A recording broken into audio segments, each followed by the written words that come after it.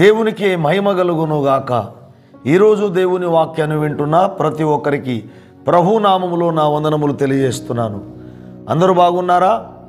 ఈరోజు దేవుని వాక్య ధ్యానం కొరకు పరిశుద్ధ గ్రంథంలో నుండి యోహాను సువార్త 11వ అధ్యాయము 40వ వచనాన్ని చదువుతున్నాను. అందరూ శ్రద్ధగా ఆలకించండి. అందుకు యేసు, నీవు నమ్మిన ఎడల దేవుని మహిమ చూతువని నేను నీతో చెప్పలేదా అని ఆమెతో అనెను. దేవుడు ఈ వాక్యమును మనందరి వినికిడిలో ఆశీర్వదించునుగాక. ప్రభునందు ప్రియులారా, మనము చదువుకున్న లేఖన భాగములో యేసుక్రీస్తు ప్రభువారు శరీరధారిగా ఈ లోకములో ఉన్నప్పుడు యేసుక్రీస్తు ప్రభువారు ఎన్నో అద్భుతాలు చేశాడు. కుంటి వారిని నడిపించడం, గుడ్డి వారికి చూపునివ్వడం, పక్షవాతంతో పడిపోయిన వారిని బాగు చేయడం, అలాగే కుష్ఠరోగులను బాగు చేయడం, అపవిత్రాత్మలు దయ్యములు పట్టిన వారిని బాగు చేయడం. ప్రియులారా, ఎంతోమందిని యేసుక్రీస్తు ప్రభువారు స్వస్థపరిచారు. అలాగే మనం చదువుకున్న లేఖన భాగములో మరి బెతనియా గ్రామములో మరియా మార్తా ఇద్దరు సహోదరులకు ఒక తమ్ముడు లాజరు అనేవాడు కూడా ఉన్నాడు. అనేకసార్లు యేసుక్రీస్తు ప్రభువారు వారి గృహానికి వస్తూ మరి వెళ్ళేవాడు.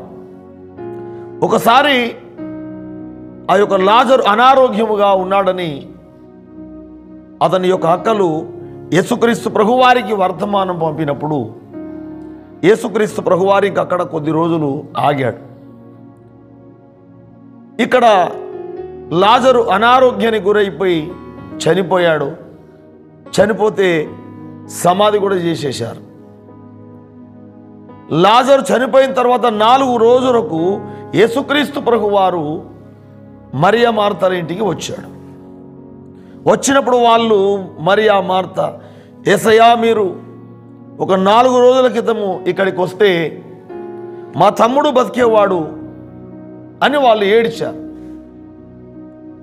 అప్పుడు యేసయ్య అంటాడు ఏంటంటే, 4 రోజుల క్రితం నేను వస్తే బ్రతికేవాడు కదా, ఇప్పుడు బ్రతకలేడా అన్నట్లుగా ఏమంటాడంటే, పునరుత్థానము నేనే, జీవము నేనే, నా యందు విశ్వాసం ఉంచిన వాడు చనిపోయినా బ్రతుకుతాడు అన్నాడు. కానీ వాళ్ళు ఏమనుకున్నారంటే, ఇక పునరుత్థానము దినమున మృతులందరూ లేచినప్పుడు మా తమ్ముడు లేస్తాడు అని వాళ్ళు నమ్మారు. అయినప్పటికీ యేసుక్రీస్తు ప్రభువారు ఏమంటారంటే, ఎక్కడ సమాధి చేశారు మీ తమ్ముడిని అన్నప్పుడు వాళ్ళు ఆ సమాధి దగ్గరికి, లాజరు సమాధి దగ్గరికి తీసుకెళ్తారు. వీళ్ళు ఏమనుకుంటారంటే, యేసు ప్రభువారు లాజరు సమాధి చూసి వెళ్తాడని అనుకున్నారు. కానీ అక్కడికి వెళ్ళిన తర్వాత యేసయ్య అంటాడు, ఆ సమాధి మీద ఉన్న రాయి తీసివేయుడి అంటాడు. ఆ 39వ వచనంలో యేసయ్య పలికిన మాట అదే. యేసు రాయి తీసివేయుడని చెప్పగా చనిపోయిన వాని సహోదరి అయిన మార్త, ప్రభువా, అతడు చనిపోయి 4 రోజులైనది గనుక ఇప్పటికీ వాసన కొట్టునని ఆయనతో చెప్పాను. రాయి తీసివేయండి అని చెప్పినప్పుడు అప్పుడు లాజరు పెద్దక్క అంటుంది మార్త, అయ్యా, మా తమ్ముడు చనిపోయి ఇప్పటికీ 4 రోజులు అవుతుంది అయ్యా, ఇప్పుడు ఒక విధంగా రాయి తొలగిస్తే వాసన వస్తుంది అని చెప్పినప్పుడు యేసు ప్రభువారు అంటాడు ఏంటంటే, నీవు నమ్మిన ఎడల దేవుని మహిమ చూతువని చెప్పలేదా? నేను ముందే చెప్పాను కదా, మరి పునరుత్థానము జీవము నేనే అని చెప్పలేదా అని అంటాడు. పునరుత్థాన దినమును లేపేవాడు ఇప్పుడు కూడా లేపగలడు కదా అని చెప్పి అక్కడ యేసుక్రీస్తు ప్రభువారు చెప్పిన మాట ఏంటంటే, లాజరు బయటకు రా అని అన్నాడు. వెంటనే చనిపోయిన లాజరు ప్రేత వస్త్రములతో చుట్టబడిన వాడై నడుచుకుంటూ బయటకు వచ్చాడు. దేవునికి మహిమ కలుగునుగాక. మనం ఇక్కడ ఒక పాఠము నేర్చుకోవాలి. ఈ వాక్యాన్ని వింటున్న ప్రతి ఒక్కరు కూడా ఒక పాఠం నేర్చుకోవాలి. ఆనాడు చనిపోయిన తరువాత 4 రోజులకు లాజరును లేపిన దేవుడు నీ జీవితంలో, నా జీవితంలో కానీ అద్భుతములు చేయలేడా? మన జీవితాల్లో ఏ సమస్య ఉన్నా, అది మంత్రమైనా చేతబడైనా, ఏ రోగమైనా యేసుక్రీస్తు ప్రభువారు స్వస్థపరచలేడా? బాగు చేయలేడా? మనం ఏ విషయాల్లో ఇబ్బందులు సమస్యలు ఉన్నామో వాటి నుంచి మన యేసయ్య విడిపించలేడా? విడిపించగలడు. కానీ మనమే అనేక సార్లు నమ్మలేకపోతూ ఉంటాం. ఈనాడు మనము దేవుని యుద్ధ నుండి ప్రియులారా ఏదైనా పొందుకోవాలి అంటే, మన జీవితంలో ఏ సమస్య నుంచి అయినా మనం విడుదల పొందాలంటే ఈనాడు మనకు కావలసింది విశ్వాసం. అందుకే ఈ మాట మనం గుర్తుపెట్టుకోవాలి. నువ్వు నమ్మిన ఎడల దేవుని మహిమ చూతు అని నేను చెప్పలేదా అని యేసయ్య అంటున్నాడు. ప్రియులారా, ఈనాడు అనేక సార్లు మనం దేవుని కార్యాలు చూడకపోవడానికి కారణం ఏంటంటే మనము నమ్మలేకపోతూ ఉంటాం.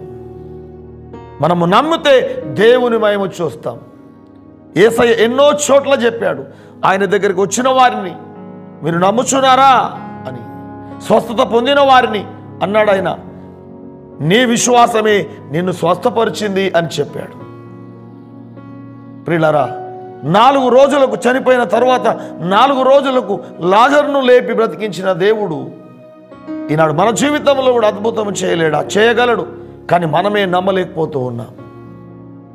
ప్రియులారా, మార్కు సువార్తలో 9వ అధ్యాయం 23వ వచనంలో ఒక తండ్రితో యేసుక్రీస్తు ప్రభువారు అంటారు, తన కుమారుడు బాగలేక దురాత్మతో దుష్టాత్మతో పీడింపబడుచున్నాడని, బాల్యము నుండే నా కుమారుణ్ణి ఆ దుష్టాత్మలు నీళ్ళలో అగ్నిలో పడగొట్టి చంపేద్దామని ప్రయత్నం చేస్తున్నాయని తన కుమారుణ్ణి యేసుక్రీస్తు ప్రభువారి దగ్గరికి తీసుకొచ్చినప్పుడు యేసయ్య అంటాడు మార్కు సువార్త 9:23లో, నమ్ముట నీ వలనైతే నమ్మువానికి సమస్తము సాధ్యము అంటాడు.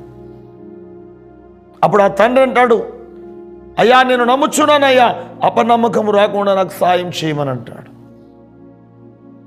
అప్పుడు ఆ యవనస్తునిలో ఉన్న ఆ మూగ చెవిటి దయ్యాన్ని యేసుక్రీస్తు ప్రభువారు వెళ్ళగొట్టి సజీవుడిగా ఆ తండ్రికి యేసయ్య అప్పచెప్తాడు. ఎన్నో అద్భుతాలు చేశాడు యేసుక్రీస్తు ప్రభువారు. శరీరధారిగా ఉన్నప్పుడు ఎన్నో అద్భుతాలు ఆయన చేశాడు. ఇప్పటికి కూడా ఈనాడు మనం నమ్మితే మనము చేయగలడు.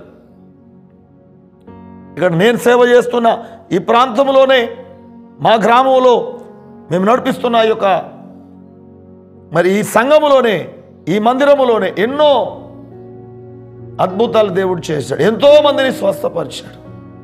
మంత్ర చేతబడి బాణవతి శక్తుల నుంచి పీడింపబడి ఇక్కడికి వచ్చినప్పుడు ఇదే మందిరములో మేము ప్రార్థించినప్పుడు వాళ్ళు ఏ విశ్వాసంతో ఇక్కడికి వచ్చారో మేము కూడా విశ్వాసంతో ప్రార్థించినప్పుడు అనేక మందిని ఇక్కడ యేసుక్రీస్తు ప్రభువారు స్వస్థపరిచాడు. ఆనాడే కాదు, ఈనాడు కూడా అద్భుతాలు జరుగుతున్నాయి, స్వస్థతలు జరుగుతున్నాయి. ప్రియులారా, కానీ నమ్మితే జరుగుతాయి. ప్రియులారా, ఈనాడు మన జీవితాల్లో అద్భుతములు జరగాలి, స్వస్థతలు జరగాలి అంటే నమ్మితే జరుగుతాయి. నమ్ముట నీ వలనైతే నమ్మువానికి సమస్తము సాధ్యం. నువ్వు నమ్మిన ఎడల దేవుని మహిమ చూస్తూ ఈ వాక్యాన్ని వింటున్నా నువ్వు ఎవరివైనా సరే విశ్వాసంతో దేవుని అడుగు, ప్రార్థన చేయి. ప్రభువా, చనిపోయిన లాజరును 4 రోజులకు లేపినవాడు,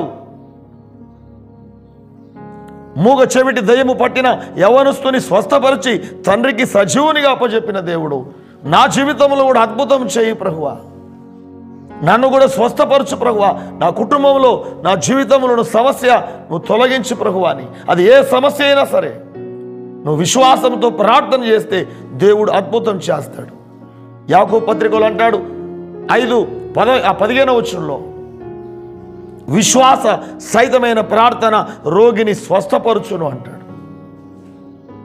గనక ఈనాడు నీవు నేను మనమందరము కూడా విశ్వాసంతో దేవుణ్ణి అడిగినప్పుడు మన జీవితాల్లో కూడా దేవుడు అద్భుతాలు చేస్తాడు. దేవుని మహిమ చూస్తాం మనం. కనుక ఈరోజు దేవుని వాక్యాన్ని వింటున్న మనమందరం విశ్వాసముతో దేవునికి మొరపెడదాం, ప్రార్థన చేద్దాం. ఆనాడు చనిపోయిన లాజరును 4 రోజులకు లేపిన దేవుడు మన జీవితంలో అది ఏ సమస్య అయినా దానికంటే చిన్నదే కదా. ఈనాడు ఎందుకు మనం పొందుకోలేకపోతున్నాం, ఎందుకు అలాంటి అద్భుతాలు మనం చూడలేకపోతున్నాం అంటే మనం నమ్మడం లేదు. మన విశ్వాసమే సరిగా లేదని ఈనాడు మన విశ్వాసాన్ని సరి చేసుకొని ఈనాడు మనం నమ్మితే, ఈనాడు విశ్వసిస్తే మన జీవితాల్లో కూడా అద్భుతాలు చేయగలడు.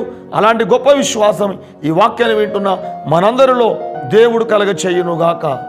ఆమేన్. చిన్న ప్రార్థన చేసుకుందాం. మహాపరిశుద్ధుడా, పరమ తండ్రి యేసయ్యా, మీకు స్తోత్రాలు చెల్లిస్తున్నాం. ఈ వాక్యాన్ని వింటున్న ప్రతి ఒక్కరిలో ఒక గొప్ప